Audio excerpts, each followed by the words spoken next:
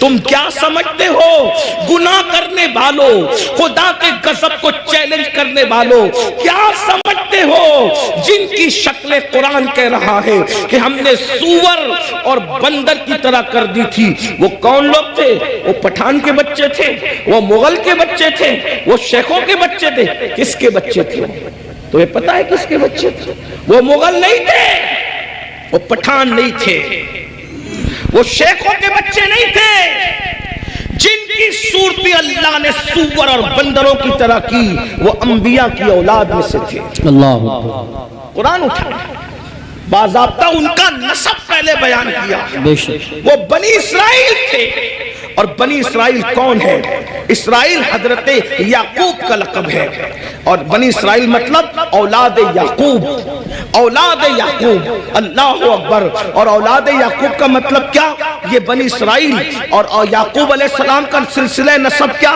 یعقوب علیہ السلام کے ابا حضرت اسحاق علیہ السلام، اسحاق علیہ السلام کے ابا جان حضرت سیدنا ابراہیم علیہ السلام، یہ ہے ان کا سلسلہ نسب۔ لیکن اللہ، اب میں آپ سب کی توجہ چاہتا ہوں، اپنے بھائیوں کی بھی اور بہنوں کی بھی۔ میرے بھائیوں، جب نبی کی پیغمبروں کی اولاد گناہ کرے تو اللہ دنیا کے اندر ان کی شکل سور اور بندر کی طرح کر دے تو ہمارا کیا حال ہوگا، ہمارا کیا انجام ہوگا؟ آپ سوچتے ہیں لیکن اس دنیا میں تو کسی کی شکل سور اور بندر کی طرح نہیں ہوتی۔ میں نے کہا الحمدللہ بالکل نہیں ہوتی۔ اس کی وجہ یہ ہے کہ ان کو جو پیغمبر ملے تھے وہ اور تھے، اور ہمیں جو نبی ملا ہے وہ اور ہے۔ ہمارا نبی نبی الانبیاء ہے، ہمارے آقا سید الانبیاء ہے، ہمارے آقا محبوب خدا ہے۔ لیکن یاد رکھنا، اس کا یہ مطلب نہیں کہ محبوب کی خاطر اگر دنیا میں شکلیں نہیں بگڑ رہی ہے تو قبر میں بھی نہیں بگڑے گی، ایسا نہیں ہے۔ قبر میں شکلیں بگڑے گی۔ اللہ کے رسول علیہ السلام نے فرمایا، ہم نے شب معراج، آقا فرماتے ہم نے شب معراج جب جہنم کا مشاہدہ کیا تو ہم نے دیکھا کہ کچھ لوگوں کی شکل کتے کی طرح ہے، کچھ لوگوں کی شکل خنزیر کی طرح ہے، کچھ لوگوں کی شکل بندر کی طرح ہے۔ حضور فرماتے ہم نے شب معراج دیکھا۔ اللہ اکبر، اللہ سے ڈرتے کیوں نہیں؟ اللہ سے خوف کرتے کیوں نہیں؟ آئیے میں آپ کو بتاؤں۔ اللہ اکبر، آقا کریم رؤوف الرحیم صلی اللہ علیہ وآلہ وسلم ارشاد فرماتے ہیں کہ معراج کی شب ہم نے ایک منظر دیکھا۔ آقا فرماتے جنت کی سیر کی آقا نے اور جہنم کا مشاہدہ کیا۔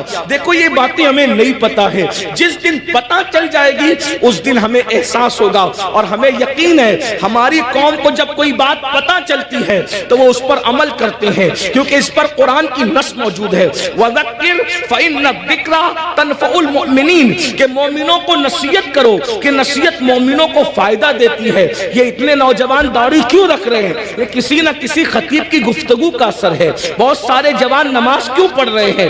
اللہ اکبر، بہت سارے علاقوں میں ہم لوگ گئے نہیں، بہت سارے دوسرے خطبہ نہیں گئے، لیکن کسی نے کہا ہمارے امام صاحب نے نماز پہ تقریر کی ہم نمازی بن گئے، داڑھی پہ تقریر کی ہم داڑھی رکھیں۔ تو پتہ چلا یہ جلسے بالکل بھی لایانی نہیں ہے، غیر ضروری نہیں ہے۔ مومنین کو نصیحت فائدہ دیتی ہے، بس ناصح کی نیت صحیح ہونی چاہیے، اور سننے والوں کو بھی صحیح طور پر سننے کا شوق ہونا چاہیے۔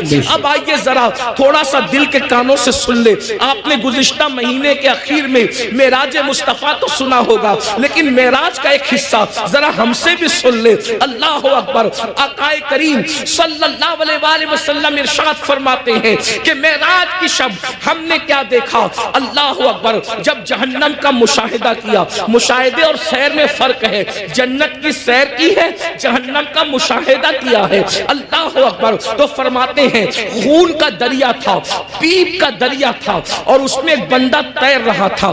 خون اور پیپ کے کھولتے ہوئے دریا کے اندر کوئی تیر رہا ہو، تھوڑا توجہ کیجئے گا میرے پیارے آقا علیہ الصلوۃ والتسلیم کے پیارے دیوانوں، ذرا غور کیجئے گا۔